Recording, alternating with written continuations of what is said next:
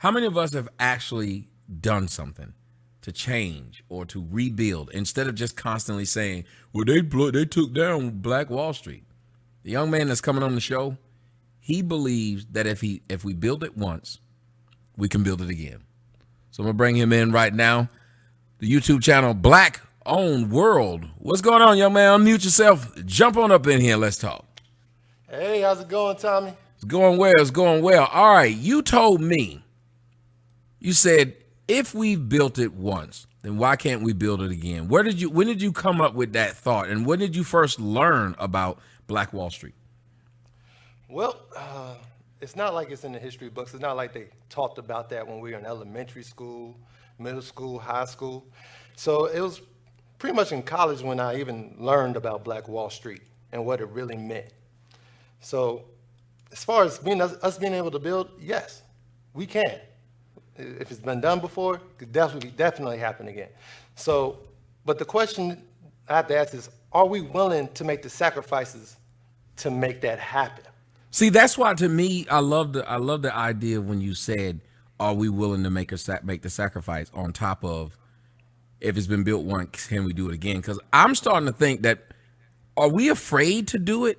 Because you said the sacrifice, and that's where it goes. Are we afraid because people always talk about Black Wall Street, but I don't see them trying to do it. I don't see a GoFundMe. But before, I think somebody said they put one up now after I've talked about it. But you have all these big businesses.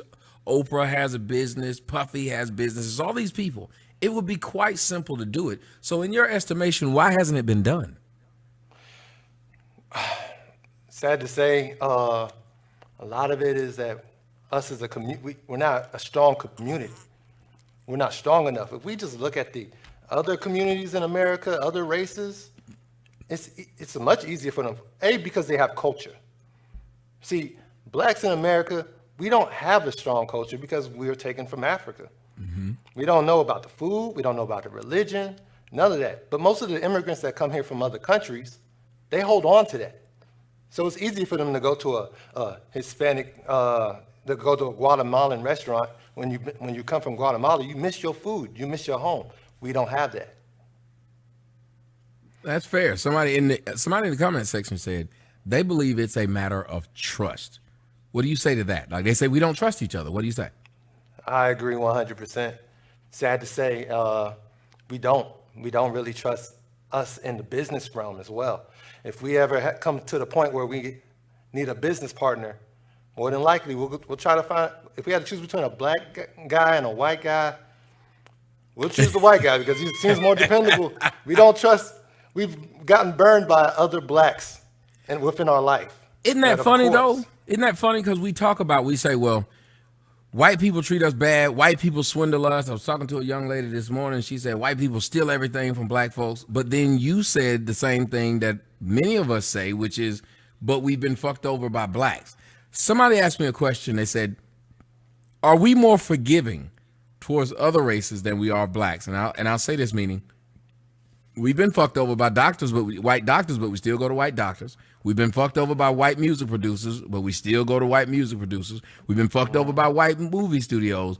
We still go to white movie studios. We've been fucked over by Walmart, Target, anything white.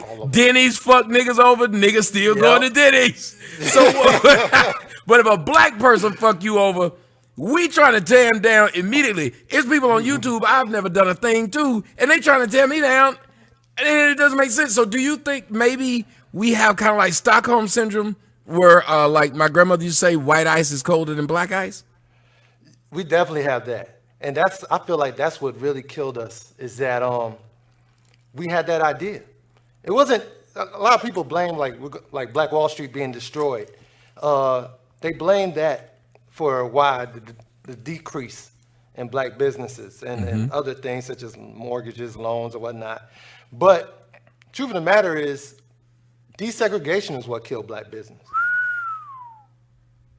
That was the heavy hitter. That's what took us out. Because back then, as soon as they let up the rules, they said, we can all come together and eat at the same places. Black people said, Oh, well, I can't. Oh, yeah, nah, I'm going over there. I'm going to eat with the white folk. White ice is colder. It's cool. It's colder. But white people, they weren't sitting around. They weren't like, well, we can go to the black restaurants. Let's go. Come on. Get on, Timmy. Let's go on to the black restaurants. Time to have some soul food. So they went in a rush to go get it. They just sat right there in their little booth right next to us. Damn it. Well, but maybe though they already had access to what we were doing though, because remember, white guys would always go into the black speakeasies and take the music. Like they were always able to sit down, and we were back then like we are now. And let me say this and see if you see it that way. We're happy white people want to join us. When we had black swingers clubs, if a white person wanted to come in and sit down with us, we were like, oh, thank you so much for coming in here. Like we treated them well. And if you look at it right now, when a white guy wants to date a black girl, they look at him as like a messiah. Oh my God, you actually want to sleep with one of our women? Thank you so much. Like we praise them if they want to be on one of our albums. White guys have never had a problem getting on a rap album. We didn't have a problem with ingratiating Beastie Boys. We had no problem ingratiating Eminem. We had no problem ingratiating Elvis Presley. Any white person that did black music, we had no problem. Any white person with Jason Williams, because he could dribble behind his back, black folks was quick to want to bring him in and say, yes, white chocolate. Mm-hmm. So it seems like we want them. So once somebody constantly wants you, you're not pressed to go there. But blacks were pressed to go around whites because they knew whites didn't want them. Right. And I feel like the only thing for us to really do if we want to build a community is to solely depend on us. We got to put us kind of in a self-segregation type thing. Yep. Pretend like all those other choices and stuff aren't there. Like everybody hate us, and that if we don't support our businesses, nobody will. I don't understand that why we don't have that logic. Jews have it. Right. They definitely they make sure they build for themselves with their own money. They're able to provide jobs for themselves. They don't have to depend on the government as much. It's all about community. See, except Israel. Israel's a okay. welfare state. Yeah, Israel's a welfare state, but we don't want to get into that. I would love to see us as a people be able to depend on ourselves as far as everything: land, housing, jobs. Only then do we really have something to bring to the table whenever we want to see something happen within the laws, government, politics. That's when you're able to make, what's the word? I would even call You're not going. Go ahead. I was going to say, I would call it real change. Like, that's when we're able to make real change. I think a lot of the change that we make is symbolic. Yes. We are a very symbolic people. We're happy if we just see a symbol of something, and that's good enough for us. No. I want to see tangible things. Tangible, real things. The only thing we got Real tangible things. is people that's from 63rd. Like, other than that, we worried about people who are tangible. I got a young man in the comment section. Let me make sure I say if I have that right. I have to do something right quick. Mr. Tillman, is that you there? I'm trying to figure it out. Give me 1 second. I got to find this brother because I owe him. There you go. You now have the power of Grayskull, young man. It took us a while, but we got it there. Okay, so you were talking about this one thing that we don't really press that much, and I want to see if you can delve into it a little bit deeper. We destroyed black businesses during desegregation. We fought hard for it, and then it cost us. Why is it we don't talk about it in depth, and why is it we don't talk about this is a place where we can go and look and see black millionaires existed at this time because we had to service each other, and those all went away. The Negro leagues, the owners of those leagues were making a lot of good money. Gone. Why don't we talk about it? Typically, we're just happy with what we got, where we're at, until something bad happens, and then we're out rioting and protesting for things. But as far as it goes, I feel like business and family are closely united. And one way, well, I'm gonna take it back. Yeah, because we don't bring up that we caused a lot of that problem. That if we hadn't have bitten off the apple, I mean, at least we blame Adam and Eve for biting the apple. Well, that same apple for us was integration. We bit it. Right. But we're not going around saying, hey, nobody made us bite that apple. We begged for that apple. That is so true. And that's how the government works. Whereas if they want to make a change or make something happen, you have to want it before they can pull anything on you. Yes, sir. They have to, and that's how they got us. And that's why we don't talk, because we feel like we got exactly what we wanted, but we don't really understand the cost of it. And it's kind of sad, I know. But that's why I do my channel, because I want us to get back to supporting our Black-owned businesses. And if anything, it should be easier than it was before. We have technology. We're able to go online, buy what you want, have it shipped to your house, ready to go. Mm-hmm. Yeah, this is the golden age it should be the golden age. If there's ever a Black Renaissance, you'd say, I guess, it should be now. Black-owned world. Where did the name, where did the concept, and what is it that we can see on Black-owned world on YouTube? Well, you can find on there, you'll see interviews with real entrepreneurs, just for people who are aspiring to become entrepreneurs, can get a good idea of what it really means to become one and to run your own business. Mm-hmm. I asked them all the same questions, all of them telling you about the benefits and the drawbacks of it. Because I don't want people getting the wrong idea that, oh, Mikey G said it was going to be easy. No, it's not. It's not. These people, I got interviews that's going to tell you that. But what's also on there is going to be lots of reviews of products from Black-owned businesses that I've tried. Like you said, people don't trust Black businesses. And my thing is to help build up that trust. So about all this stuff behind me, all this is from a Black-owned business, except for the Tribe Called Quest album and the katana, that's from Japan. But everything else, Black-owned. And if I'm here to help rebuild that trust. I'm not going to tell you, go buy this just because it's from a Black-owned business. Mm-hmm. I'm not, because I believe that just like we have an obligation to support our Black community and our Black businesses have an obligation to make sure they're giving us a good product of good quality.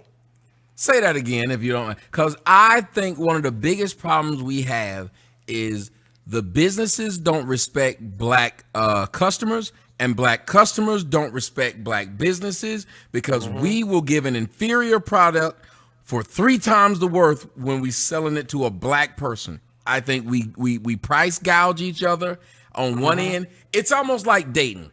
Here's how it goes when I'm dating. I'm trying to get the most sex by spending the least amount of money.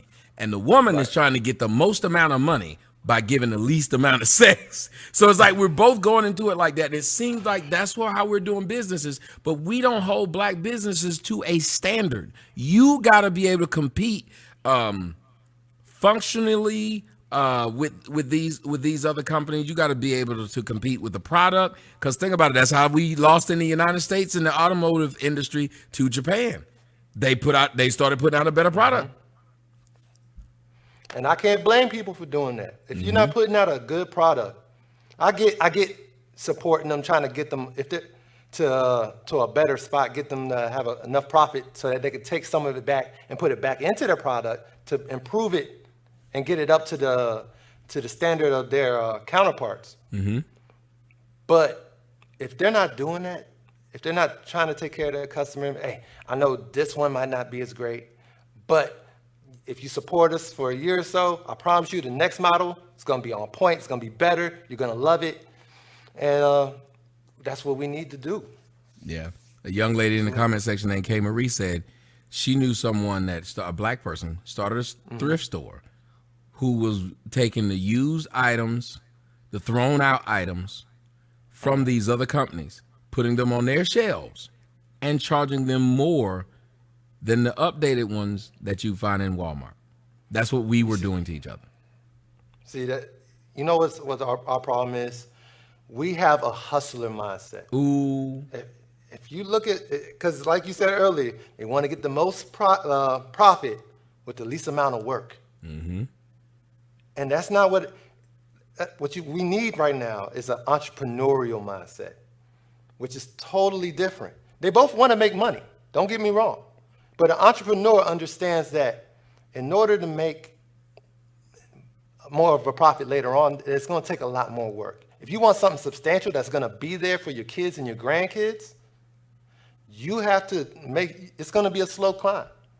Mm-hmm. My moderators in that Privacy Seeker said, the biggest thing we don't do a good job of is delayed gratification. And he's a professor up in New York. So he puts a lot of our young kids into the world. And I'm sure he sees that he loses a lot of them because, like you said, that street hustler mentality. I need my money now, and I'm not waiting. And delayed gratification could mean that you yourself in your lifetime will not see it. Your kids will benefit off of it, though. Do you guys talk about that over on your channel? Delayed gratification in business, because most businesses, they say, fail within the first, they fail within the first 5 years? Yeah, most of them do, sadly. Mm-hmm. But I don't talk much about ideas and whatnot. I do mostly reviews and whatnot, so people can get a good idea of what products they can buy. Okay. That's black owned, and they know they're getting their money's worth out of it as well. Mm-hmm. Mm-hmm. So because I think that's another thing that we're missing when it comes to black businesses. Like, okay, if I start a business and I want to compete on the level of these bigger companies, yes, I do want to make a profit, but I cannot make that profit while I'm trying to prove that this is a good product. People don't understand that even when Facebook first came out, for as popular as it was, those white boys still had no advertisements on there. They were not charging for it still, even though it was that popular. And now it's to the point where people have to have it. And they still, of course, they make a lot of money off advertisement and stuff now, but it took them years to do that. But that mentality is one that we don't have, which is why I think we're not looking at Black Wall Street as something like, to me, it's a symbol. It's a symbol. Okay, let me be honest. I don't know how much what they say about Black Wall Street is true. I think a lot of it might just be a bunch of revisionist history. But if black people want to continue to bring it up, then there's nothing wrong with putting that symbol there. So if you go and you rebuild Black Wall Street and the land is available, ladies and gentlemen, it's not like it's not. I'm not making this up. The land right there where they claimed it is, or it was, is still available for purchase. They can buy it, they can literally look like, I don't know if you've ever been to Rodeo Drive out in Beverly Hills. I have not. If you haven't, that's exactly what Black Wall Street could look like today. It would be an easy build a lot of nice Black Wall stores, put your Yeezy store out there, Puffy's clothing line out there, T.I.'s clothing line out there, everybody's shop out there, have it be probably like 4 blocks. Have put condos out there in it. I'm telling you, it would be and just make it historical. Have a lot of historical shit in there with amongst those streets. Now again, these are my ideas, but I don't have money. Restaurants, that thing would be quote unquote popping. They would have it looking like Vegas. It'd be the black version of Vegas. I would love to see that. But here's one question I got. What sacrifices will we have to make, both on the entrepreneur side and as a customer? Are you willing to stop buying Prada and all that? Because that money isn't going back into your community. Are you willing to just say, hey, I know I got enough money to buy this, but this clothing brand, and it's real nice and everything, and everyone loves it. But no, I'm going to take my money and spend it here. Our businesses, our entrepreneurs, say you're ready to sell, you're ready to take another venture and you have a successful business that you want to sell. are you willing to sell it to to another black person who can't pay you as much as another investor? Like BET. BET went from the black guy owned it, so they sold it to Viacom because Viacom offered them enough money. Yep. What was the other one? The clothing line, FUBU. Same thing. FUBU. For us, by Yep. us until somebody else wanted to buy it. You think about it. What's it like in all the years of my life? Has there ever been another brand as big as FUBU? Right. Carl Kanai made money, but not as big as FUBU. But yet, oh man, I lost my train of thought. Just why would Nothing they is- sell it? And it was called For Us, By Us. Why was it like For Us, By Them now? Mm-hmm. Was it became Foobut? Foobut. We used to call it. We used to call it fish bish. That was the fake. That was the fake version. Was fish bish. Because people used to take the U, put a little line in it, and it'd just be an I and a J. Like, But But- it's just strange that we'd have a product called For Us, By Us, and then sell it to them. right. But it's amazing how that is. But FUBU, like I said, nothing has been as big as FUBU since then. How come we don't have that kind of stuff like in our songs and whatnot? They're always rapping Right. about, oh, I got the freshest clothes, got the nicest shoes, check out my Rolls Royce. But no one advertises black businesses and their stuff. They shout out Liz Claiborne, Louboutin, Louis Vuitton. They shout out even all kind of wild white clothing lines that you'd never heard of, and we're giving them free advertisements. But I don't hear them talk about black clothes like that. They used to in the 90s. See, I don't know if you're not as old as I am, but in the 90s, we did shout out black clothes. That's how they got so big. Like our 90s rap artists would bring up, because that was the era of you walked around in black owned clothes and stuff like that. You wanted to be seen in this black owned clothing. But I think what happened is we don't like to see people who look like us get rich. See, we expect white people to be rich. So when white people are rich, we don't complain. Like with YouTube right now. Every black person that makes a video about me, what is the first thing they bring up about me? My money. You've never seen them do that about white people. You've never seen them, like I'm still sitting up here saying, when I saw that white boy make $35,000 in a show, they've never complained. They've never went over there and said he's scamming. They say I'm scamming because people donate on their own. I'm scamming. Scam. That's a scam Tommy's doing. Scam.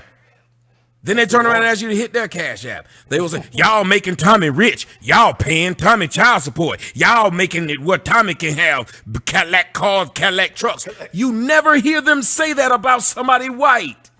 Ever.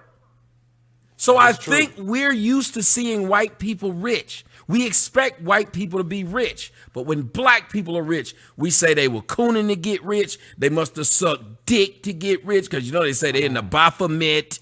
They did so-and-so. We don't like to see each other thrive.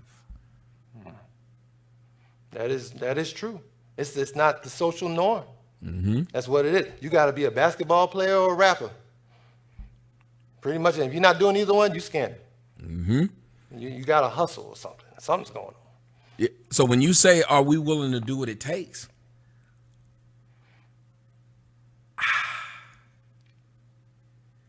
I don't know. Because I think what'll happen is we'll think somebody getting rich off us. It's the thing about it. It depends. It depends on who we work with, honestly. If we have like-minded people who want to build families, businesses, actually build a society that we can be proud of and a strong culture than what we got now, because I'm not happy with the culture. Right now, the biggest thing in our culture is twerking. Like, it's sad, but it's true. And we're going to build that up. We need like-minded people who want to build, not hustle, want to build. And it's the crab in the bucket mentality, because like you said, some people, they see you getting ready to get out that bucket, come on back down. So let me ask you this. On your channel, this is my man Mike over at Black Owned World. Let me ask you this. What's your What was your favorite interview over on your channel? Like who did you talk to that left a lasting, an indelible image on you and how you moved forward? Who? That is tough to say because I have so many interviews that I haven't even posted yet, and I love the message that I got from them. Out of the ones that's already posted, I had to say my boy Trey from M&R Dips, shout out. Okay. Great guy, but what he really talked about was the fact that he really went into depth about how hard you're going to have to work, the time you're going to put in. You're not going to see a profit for quite a bit of time, and you can't bail on it. You got to focus, dig down, and make it work. And I'm proud of him because his business has been going for almost they've reached over the 5-year mark, I believe. And people keep going to him. I'm very happy. I'm very proud of him. But there's so many messages I get from different interviewees. Person talked about how he just wants to have something to be able to pass down to his children. That pride and ownership. Pride and ownership. And that changes things when I feel like if we had more entrepreneurs, more people that was more business minded and whatnot, that's more providers. Yep. That's one of the biggest issues that women always talk about is there ain't no men out here that can support me and whatnot. That's part of the reason why a lot of our women are okay with going to the government, putting the guy on child support and all that, and living off welfare. Isn't that a way to create stronger men in the community too, by just having them? Because if you think about it, right after the integration is when black women were more willing to accept the Great Society by Lyndon Baines Johnson. Why? Because those men who owned businesses when there was segregation lost their businesses due to integration. And how do those men feel now when they went from being providers and looked upon by the community as, high level people, swanky big wigs, to now what are they doing? They've lost all their businesses. Some of those people ended up having to become pimps and hustlers because the businesses that they had were gone. So they had nothing to pass down to their children. And then the women, right, they were emasculated. They lost everything. So then the women turned around and said, well, it's a better deal for us to get money from the government because you don't really have that opportunity to work like that anymore. Hell, a lot of black men had to go to Vietnam just to get jobs. So you saw a bunch of men without work, without jobs, nothing to pass down. And you had a bunch of emasculated men come the late 60s, 70s, and 80s, a bunch of emasculated men. Don't you think that right now one of the best reasons for us to support black businesses is to build up black men? Yes. Think about it. More businesses, more entrepreneurs, more business owners, those are people that can provide. And then a lot of it has to do with imagery. We have a bad image here in America. We have a bad reputation as black men. But imagine a society where all of us got to wear a suit to go to work. Imagine a world where all of us can, hey, you need a job, brother? I got you. Be here tomorrow at 6 a.m. That we were throwing job fairs at colleges for the recent grads because we could give them jobs. Think about how less of a man we feel. And black men, I want you guys out there, and if you get an opportunity, please go and subscribe to the brother's channel. The link is in the description box right now. If you don't see it, go down there and look in the description box. His channel is there. This is Black Owned World. But here's what we have right now. We as men can't feel that good when, even if we do provide for our kids to go to college and we work our ass off to get them in there, when they get out of college, they got to go right to that white man we've been talking shit about all 2020, that we've been protesting against and all kind of stuff. They still got to go to that same white man to get a job. That can't be a good feeling, can it? It can't, but they're not looking at it like that. They get out of college, all you worried about is, oh man, I'm going to pay off this loan. I need to make money. They don't care where it comes from. Of course they don't. I don't blame them. You gotta get paid. But it means so much more. It would mean so much more if you can get your first job dealing with that you have to use your degree in at a business that's black owned. Right. I can't remember the last time a person who was degreed, and somebody in the comment section can speak up if you guys know, because I haven't seen it. A degreed person who gets out and a black person is giving them a job in their degree field. I swear to God, I've never seen it. Not saying that it hasn't happened, but I'm saying I've never seen it when it should be the norm amongst black people. The first people we should think of when we get out of college to give us a job should be somebody that looks like us. And a lot of businesses, they do have the money to do it. They do have the capacity to hire another black person. But at the same time, there's other influences that stop us, such as bad customer service.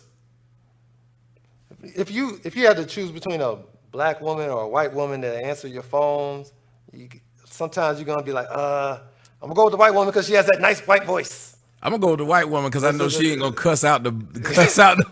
That black Exactly. That black chick gonna cuss. I don't even mind a black chick voice. I like a black chick voice to an extent, but I just know they gonna cuss this person out, just like the one up in the Embassy Suites. They turned it to the Embarrassing Suites. That woman beat up and it was like they got into mutual combat. You don't see that out of a white woman that worked there. No matter what they call that white woman, she's not gonna come from behind the counter and fight the other person. Stuff we shouldn't have to worry about. But we do have that bad reputation of being, they take a lot of breaks. You can't say nothing because if you do, they're gonna call you racist. Like you can't. Look, I've hired black folks. When I hired black folks, and I worked at IBM, I wanted to be the black guy that hired black people, and I hired a bunch of them. I would hire them. Well, let me tell you what happened once I started hiring them. If it's anybody else that's out there been a manager over black people, y'all tell me if this happened. Here's what happened. I started getting a lot of calls, especially from the black women. Some reason why they had to be out, some reason why they had to be late. Then they stopped calling when they had to be out and when they were late. So I had to call them and ask them where were they. And then they would tell me with an attitude that they're stuck in traffic, something was going on with their kids, whatever it was. So it got to the point where the disrespect was open because they said, well, you black. And then as soon as I fired them, I was an Uncle Tom. It's so sad. And it's almost expected half the time. I know there's plenty of black people out there that take their job seriously, show up on time. But sadly, what do you see on YouTube most of the time? You're going to see that person fighting. You're going to see them arguing with the customer. I don't give a fuck. Oh, I'm sorry. I'll try not to go. No, I don't care what you say. Like all that stuff. It's like, it's not the most of us. It's just what we see most of the time. And sadly, that imagery, that reputation falls on all of us.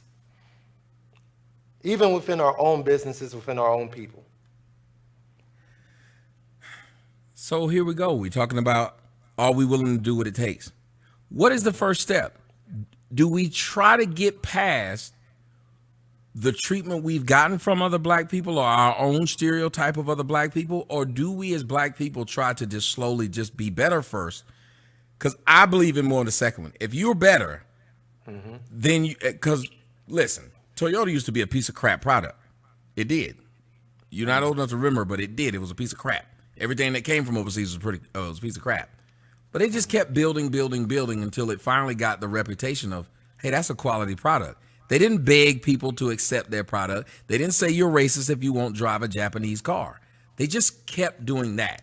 So I think that we got to just keep being better instead of expecting that because we're black. But some people are saying, well, we must overcome, and I can see the validity in that. We must overcome our view of other black people. So how do you view it? Is it the overcoming or what? I believe that the most substantial change starts from inside. Working with yourself, then working with the ones around you, and then expanding from there. Because that quality, it grows with it. When you try to put up a front, and then as you further you go in, it degrades, then that's what adds on to that mistrust within our business.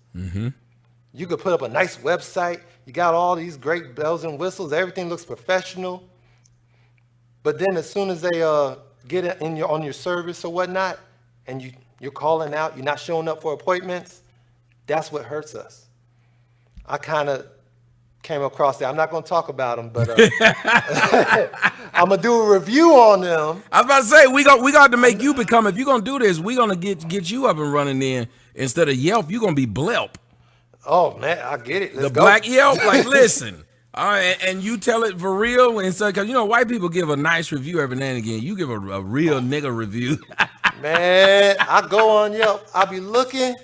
I remember I'm thinking about doing a review on United One Bank, black-owned bank. And I went on Yelp and they tore it up. I was scared. I was like, oh man, this guy talking about he living in his car. I want to give it. They mess up my money. I'm gonna be whoo. Right. But I'm gonna give him a shot, and then I'm gonna let everyone else know. So that's how much I care about the community. That's how much I believe in this. I didn't even know that there was a thing called a black-owned bank. Tell us about this bank, because there's got to be some other people who didn't know about it, and we'd love to. I know we should wait on your review, but can you tell us a little bit about this black-owned bank? Well, I looked at it and it's a black-owned bank. It's I don't know if it's based out in LA, but I know they're in LA. I believe in Texas. They are Boston. Very limited in the number of actual physical locations you can go to. But they also have things where you can go to a credit union if you like. I was looking for areas and for a physical location I can go to make a withdrawal, and it's about a few miles away from me. But again, it's a sacrifice. Yeah. And if we're gonna support, I might have to give up on all the great locations of Wells Fargo. Yes. I might not be able to act. I might have to do things just differently. That might be a bit more of a hassle. But they got to do something too. Like, one, give a higher yield on the percentage of money that you put in it. They can't do like the bigger banks and make this big profit off of it yet. They got to start off by saying no fee checking. That they just start off no fee, and they got to give it to people that normally other banks wouldn't. Here's the thing: a lot of people don't know how Geico and Progressive started. Geico and Progressive were insuring people that couldn't get insurance anywhere else. They were insuring people that they're considered undesirables. It became such a successful model that companies like Allstate and State Farm had to then jump into it. It's called indemnity, I think is the word. I can't remember. But they had to go and jump into getting these people because it was so lucrative. But it took somebody taking that chance on them that says this is a business model. Black folks have to do that as a black bank. You got to give people a reason to go there. Right. How can we expect this black bank to expand? To add more ATMs, to be more accessible, if they don't have the funds to do it? That's why I say we have to give them that shot. Now, say 2 years goes by and they just collected money. You don't see them expanding. You don't see them offering up loans with less interest.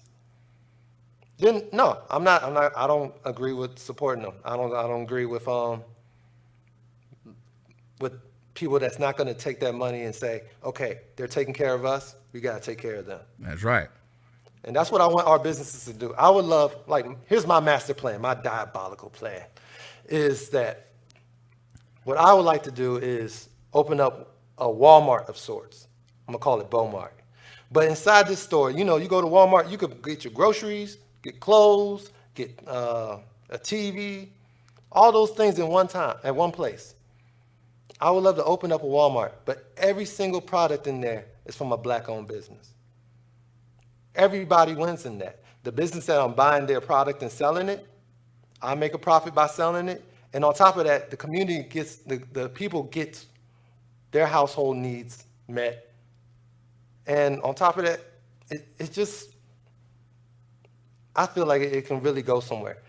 I would take 10% of my profit, put it aside, save that for some program that I want to start later on, once I have enough.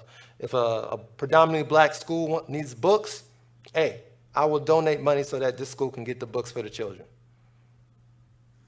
I would also take some of the profit, take about 10%, and if there's any products that I can't sell because there's no one manufacturing or making or selling that product, I would start that business. Diana P said something. You got to see if you can address it. She said, but you Okay. can't compete with Walmart's prices, which is why like Ace Hardware and all of these people have such a problem. What you would find is, and that goes back to what your question is, are you willing to do what it takes, i.e. make the sacrifice? You won't be able to compete with Walmart on prices. You won't be able to compete with Amazon on prices. What would you do? Well, that would be tough. That's a good question. Because all this Don't get stuff me sounds wrong. good, but we have to say a lot of people, especially if we're in hardships Mm-hmm. now, a lot of these people, we be asking them to make that sacrifice of saying, are you willing to pay $1 more here to give it to a black business? Well, what they should say for that black business is how they should be able to sell it to you is like this, and you tell me if you agree. I will sell it to you. If I start a black business, a black Walmart, I'm going to tell you, yes, you're going to be paying $1 more probably per product. But this black Walmart is going to be able to give your black teenager a job because remember, right now in the black community, what black father gets to give their black teenager a job? We don't. Our first thing we tell our black teenagers, for the few fathers who are in the house, you know what we're trying to tell our children? How to get a job by some white person, how to interview in front of a white person. Not saying it's wrong that you got to do that because we live in a country which is mostly white. But wouldn't it be nice if your black kid didn't have to go to one of these white people to get a job, that they can look for somebody that looks like their father or their mother and interviewing somebody in front of someone like that? So that's what I would offer at these companies. So what do you think about that as a solution to the higher rate? Here's the thing about, say, Walmart has cheaper prices and whatnot, right? Yeah, you might be paying an extra $1 if you're shopping at a black Walmart, but that money can come right back to your community. You spend that money at Walmart, it might be less, but that's not coming back to you. You're not going to see any improvement in your area, your community, none of that. So I feel like you might pay a little extra more, but you're going to see it come back to you. That's if this whole thing works out. And you have a young woman in the comment section said, wow, Jessica, I always think it's funny when people say, wow, segregation 101. I laugh at that, and I got to say this. I laugh at that because as long as black people are doing self-destructive stuff but calling it black, I never hear white people say, wow, segregation 101. Think about it. As long as black people are doing, I never hear, and Jessica's a moderator, but I'm still going to speak this way. I never hear any of you white people say, wow, segregation 101, when black people are doing black things that are destroying them. You say nothing about that. You don't say segregation 101 when the Jews are doing it right now in the United States. Anytime black people, and that's why I always tell y'all, you know when you're onto something that's helping your people, when you see white people come in and say, don't do that. When you hear them then call you racist or segregation 101, there's nothing wrong with segregation 101. When you go to your high school cafeteria right now, go to any high school across the country. You know what you see in that high school in the cafeteria? Segregation 101. Go to any playground. You know what you see on that playground? Segregation 101. Go to Chicago. Anybody in there in the comment section from Chicago? Tell me what you see in Chicago. They redline it. You know what that's called? Segregation 101. But whenever you're talking about not black people out there burning shit down, not black people out there destroying shit, not black people out there begging for something, saying, hey, black people, let's see if we can build us up. That's segregation 101. It's true. I feel like we have a issue with it because of how closely it relates to back in the day when we, especially since we fought against it way back in the day. We fought against it and it has that nasty taste in our mouth. When the truth of the matter is, it is a tool. Tools can be used to work with you, for you, or work against you. Right, and if we have a society right now that's allowing black people to get away with it, look, get away with shit while you can. We right now, go ahead. I was gonna say, you don't think other races, like you said, other races segregate? They take care of their own. That's all it is to it. We're the only ones that's sitting there saying, all right, everybody come together. We could do this together. Come on, y'all. Like, no. There's a reason why they do how they do their things, because it works. Hell, we got a presidency right now where Donald Trump brought his son and his daughter into the fold. You want to talk about segregation and nepotism? It's in the White House. Yeah. And his daughter's husband has a position there. Like, this is insane that somebody would say, when I'm talking about the exact same thing, wow, well, that's wrong. Why would you black people want to do that? Why would you black people want to be able to hire your own sons? Because white people are doing it right now in America, and they just don't sit around and talk about it. They have the ability to do it. And one of the things, Jessica, I hope you would understand is it is very degrading for a man to not be able to give his son or daughter a job. It is very degrading when your children don't see people who look like you in authoritative positions. So I'm sorry that makes you feel like it's segregation 101. But you're right. I don't have a problem with you calling it whatever you're calling it, because it is segregation 101.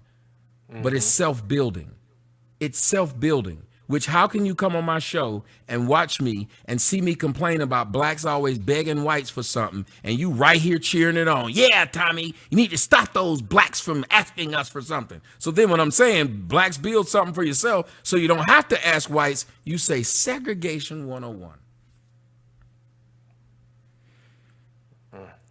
I didn't say take something from whites, exclude whites from something. No, I did not. No. I'm not even saying that we can't do any business with them. All I'm saying is we should do this until we get a stronger foothold.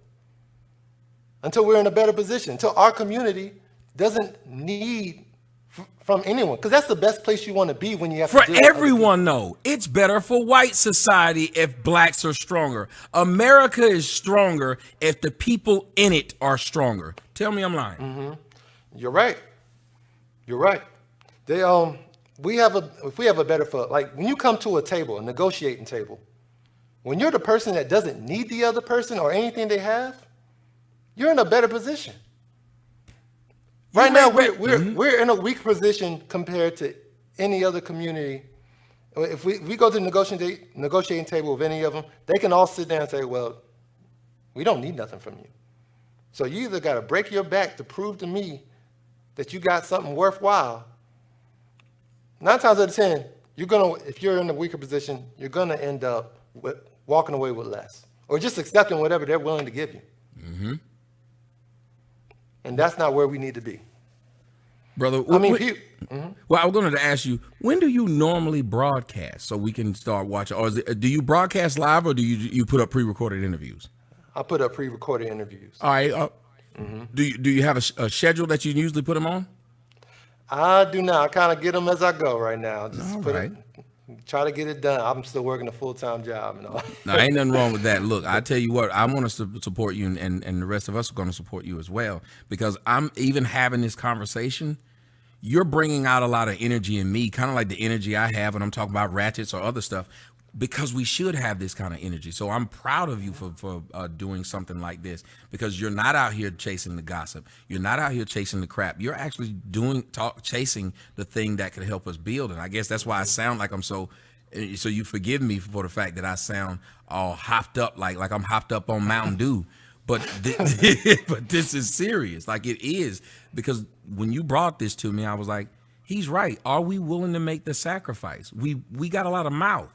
But when I saw the opposition in the comment section, that scared me too. And then somebody in the comment section said, Tommy, she's not alone. It was a black person let me know, this ain't the only white person that you got in your comment section that likes hearing you say blacks need to stop begging whites for shit. But then when I say, here's how we can stop begging white for shit, they don't like that either. So I think some whites are complaining that blacks are begging for shit, but they want to keep blacks in a position to beg for shit too. Because if I'm a white person complaining about my tax dollars are going for them black folks who ain't doing shit, well, then I'd cheer for a black person who said, we got to get these black people to where our built up so good that my white dollars don't go to black folks no more. I don't want my black dollars to go towards people who don't have jobs and people who don't do shit. So you think I'm gonna get mad when somebody put the program? What she got mad about is the equivalent of somebody putting together a program that says we're gonna make it to where these homeless people can work and live in this community. And I'm gonna be like, that's segregation. Why you want them homeless people to? I'm like, so wait a minute, you mad that the niggas is homeless and out on the street, but you also mad that they trying to create a community for those homeless people. Man, you're right. Us as a people, right? We need this energy to go toward this. We have energy for everyone. To me, this is more than just a YouTube channel. To me, this is a movement. And we have, us as a people, we have more energy toward other movements that won't support or help black community. We have more energy toward the LGBT movement, toward feminism. I've had conversations with plenty of women that are all about like feminism, all the wage gap and all that. Even if those movements got exactly what they wanted, got every single thing they wanted, where would we be as a black community? Gays got the right to marry. That's great. They got exactly what they needed. How does that help us as the black community? Did it provide more jobs? No. Did it stop prison population growing? No. Did it stop gang violence? No. Nope. You preaching, young man. I said, you preaching, young man. I'm just giving you your amen. Go get it. Go get it. Jesus. I just put my hands up, nigga. All of us as blacks, this is something that we should all be focused on. This is something that we should all be supporting. This is something that can help our future, help our children, help ourselves. And not just one or two, and not just that the small gay community within the black community. It will help everyone. Yep. That's what I was saying. Like, again, you get these blacks to be self-sufficient, there's less crime in your white neighborhoods. There's less rape. There's less assault. There's less, and again, there's less burning down your targets. You give these people their own stuff, they stop coming after yours. One of the reasons why I hope all my neighbors do well, because if they start doing bad, they're going to do like Dick and Jane and start stealing my grass. That's true. Oh, man. I go outside, this whole rows of my grass been rolled up because Dick and Jane got it. That's why I don't take care of my lawn. See, I ain't worried about that. He said he don't take care of his grass, so you can't steal it. They're going to look at mine and be like, nah, we good. We're going to go across the street. But it's like, I don't understand it. And if in America, when people are doing better, all people are doing better. And yes, you can call in, Jessica. I don't mind. I use what I see. But you'll be able to call in, and I'll let you be able to call in. Matter of fact, there's a link down there. You'll be able to call in. I don't want to keep the young man too much longer because I know he had a prior engagement, and I think I might have kept you over it. Did I? Yep. I'm sorry. Cool. We talking about something important here. Thank you. I had something else to do too. I made a sacrifice right there. See what I did? Ooh. You said sacrifice, though. Sacrifice, I want to say this, though. Sacrifice is taught by father, not mother. Yes. Blacks at this point don't have the mentality of sacrifice because you as a man said, I'm going to sacrifice this thing I want to do for this thing I should and have to do. But that's what men do. I was in the same position. We had sat here and we've been jockeying around when we were going to do this show. And let me tell you something. I believe in things are supposed to happen at the right time. I believe we did this show at this time. This was the time it was supposed to be done. I think all the negotiation of what day we were going to do it, I think this was the perfect time that it was supposed to be doing. We got a large audience in here right now. We have an engaged audience in what we're talking about. And both of us ended up having to sacrifice something that we were going to do, which is what this is about. Sacrifice. Is it important enough for you to walk away from other things? Can you talk about some of the things that you've had to walk away in your quest right now? I know you said you had a 9 to 5. Some things you've had to walk away from just to keep doing what you're doing. for me to do this, and when you watch my interviews, you're going to see the quality that I put into it. Now, I'm still on a learning curve, but I'm putting quality into it. I never mess with video cameras. I'm not a filmographer, none of that, or videographer. But yet, I took the time. I learned. I even bought programs so that I could color grade. I bought lights, even with this light I got right here. Cameras. And I don't know where this is gonna go. The mic sounding clear than a mug. I figured you had something good. That's why when we started off, I was like, you sound awesome. You didn't jump on here with no janky shit. No. I'm trying to do this as professional as possible. If I could, I would have gotten a better camera, but I'm working with what I got. But it's just time and effort and money, because I'm buying all this stuff. I'm not gonna be able to take it back if it don't work out. They say it is what it is. It is what it is. But people don't like. I learned from trial and error, like you. I spent hundreds to thousands of dollars on equipment that I still got in the house. That after I bought it, somebody was like, "You know, there's a better equipment than what you just bought," and so I would go buy that other equipment.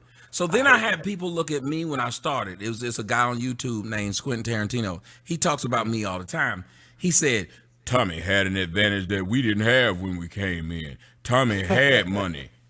So wait. So now I decided to do YouTube when I had money of my own and products of my own and the ability to do something that other people didn't. You're now knocking me for that? You're knocking me for making sure that's like knocking an individual who waited till they got their money right and a husband or wife before they started having children. That's like knocking them and saying, well, that person they waited till they graduated and got a job and a wife before they had kids. I just had them willy-nilly, so I should get more credit. We seem to, as black people, want to give each other more credit for doing things wrong and surviving. Right. Talk about it. It's true. It's true. The girl that be like, my baby daddy ain't shit. He don't do this. He don't pay that. Well, what did he do before? Well, he didn't have a job before. But I'm a strong woman. I'm handling it. Okay. Oh, yeah. I'm not gonna feel sorry. I'm not gonna feel. Yeah, I'm not gonna big up you either. I'm not gonna feel sorry for the decisions you made, and I'm not gonna big up you for staying afloat after you shot a hole in your own boat. But I'm a roll. Tommy, thanks so much for having me. Hey, thank you for coming onto the show, brother.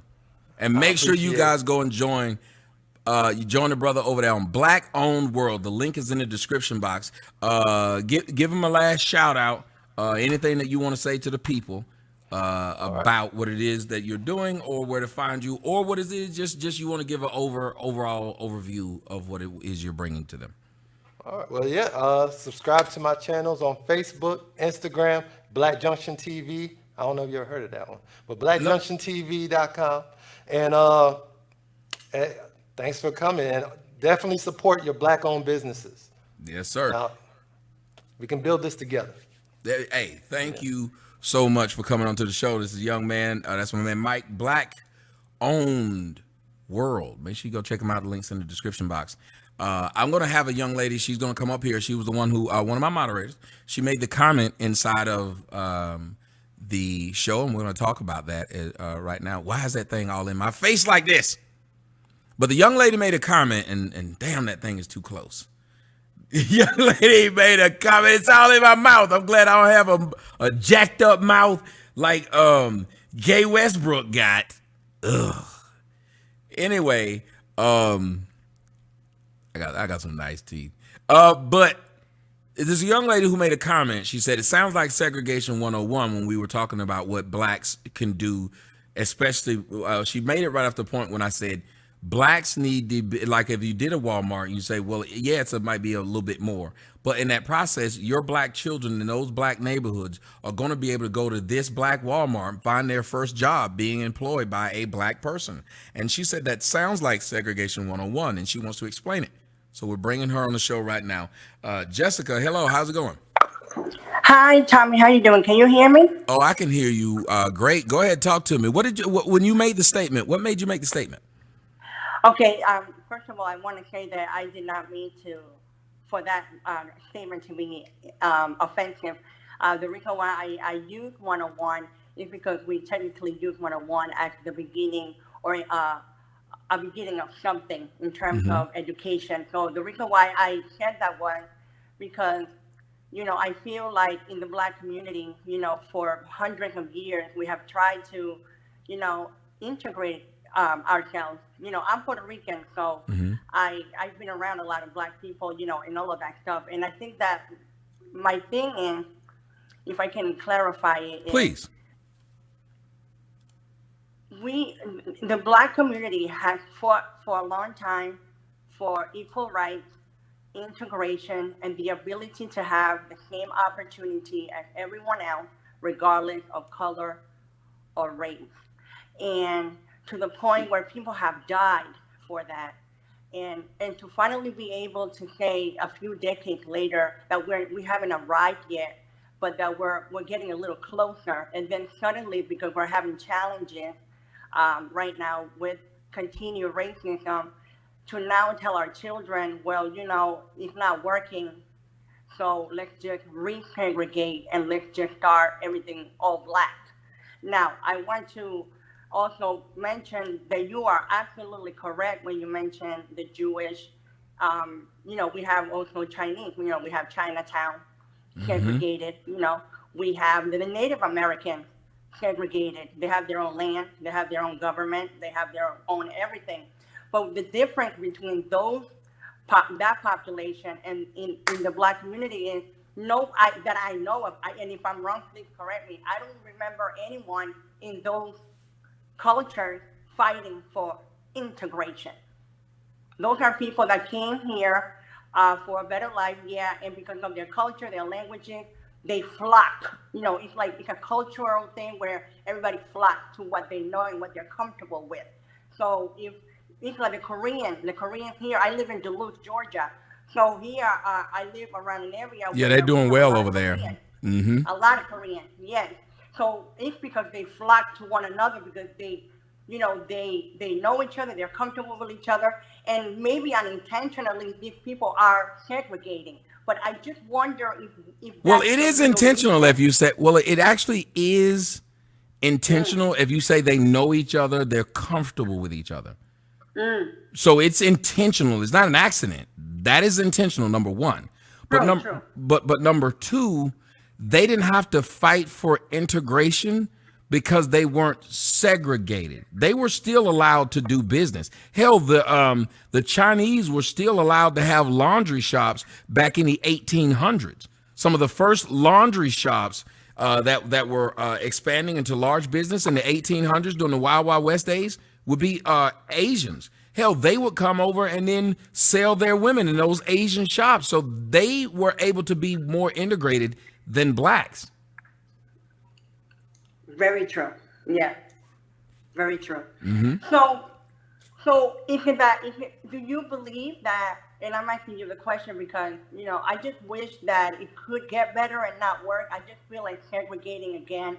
I just don't see that as a healthy thing, but I do get your point. We do have to show our children, our roots and our culture and where we come from, and that they have to feel like we also can achieve. So I do get that, but I don't know if segregating is the way to do it. But would you call it segregation if you have a group of people who are out there right now rioting, feeling like they're being mistreated?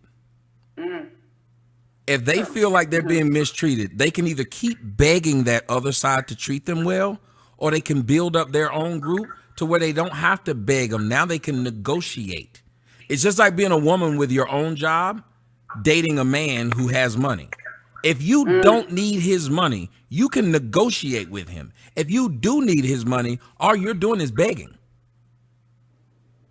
Okay, so put it this way. So let's say that you do build an environment, or you buy land like you guys were talking about, and then you make it an all Black, business, all Black bank, which it sounds wonderful. I don't think per se it's wrong. It's just if there's a good reason behind it. Would they be willing to hire other people of other races, or everybody that works within that within that land or that particular community is all going to be black.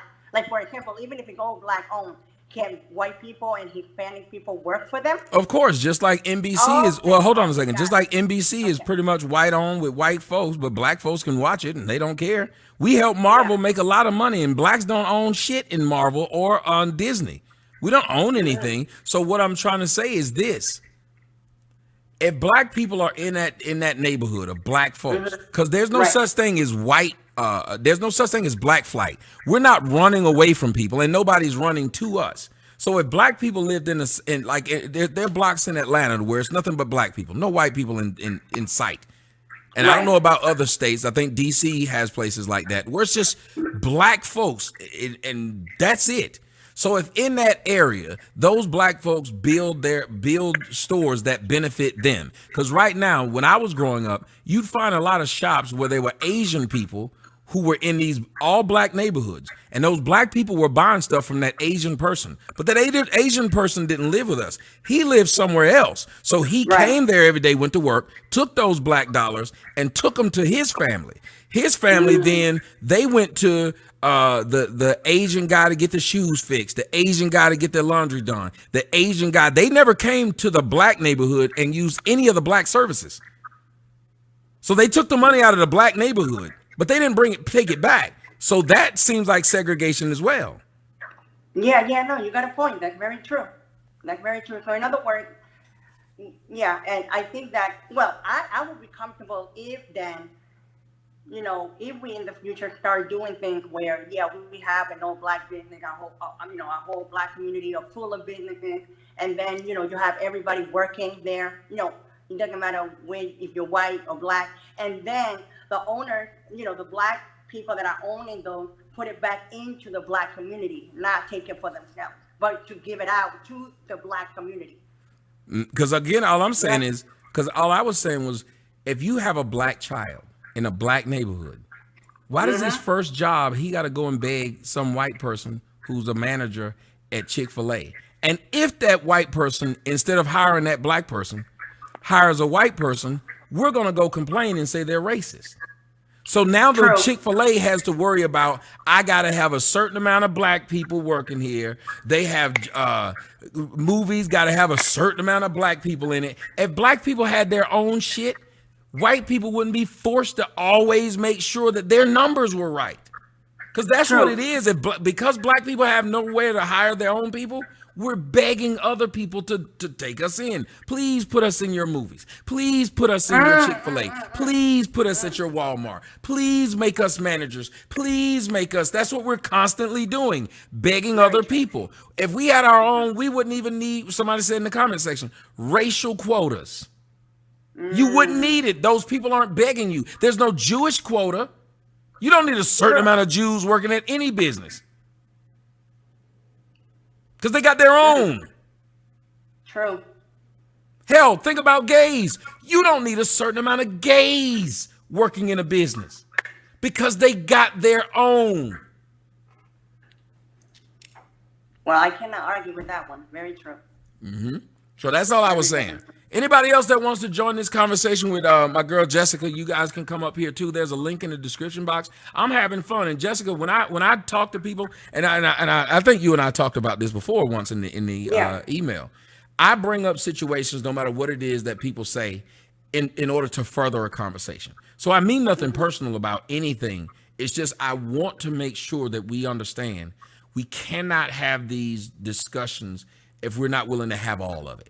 So I needed you to say what you said in order to even clarify that, because you're not the only person that needed me to clarify that, and I should be able to stand beside anything I say. I shouldn't get mad and pull a Joe Biden and say, "Don't question me." Right. So I have no problem, and there's going to be a few people, so we're going to let them all come up here and join with us. Right now, let's see, Walk is up here and Carl, and we let you guys join myself and Jessica. What would you guys like to say about what the topic was? And I want to thank Black Owned World. Make sure you guys go follow them, Black Owned World, for a wonderful discussion. Go ahead. Can you hear me, Tommy? Yes, sir. And when y'all get on, make sure y'all are in quiet places with good mics, but go ahead. Yeah, the number one thing blacks have to do is they need to own a natural resource Yes. and create an industry. If you Yes. can't do either one of those, I don't care what black business you build, you will not be able to sustain it because all your money being contributed to that black business is coming from the white dollar. So until blacks can own, say, oil, you mentioned earlier that there's a lot of there's land left from the Tulsa, what do you call Black Wall Street? Yep. Well, there's a reason why that land is still available. It's because white people, they bought that land a long time ago. Yep. But what they realized was what was under that land was more valuable than that land itself. So they bought that land and they drained all the oil up under it, all the natural gas up under it. So now land don't mean shit because land ain't worth shit because America really outsources a lot of its natural produce and things like that. So they don't give a shit about the land. Thank you for saying that, because a young man in the comment section told me that what I was saying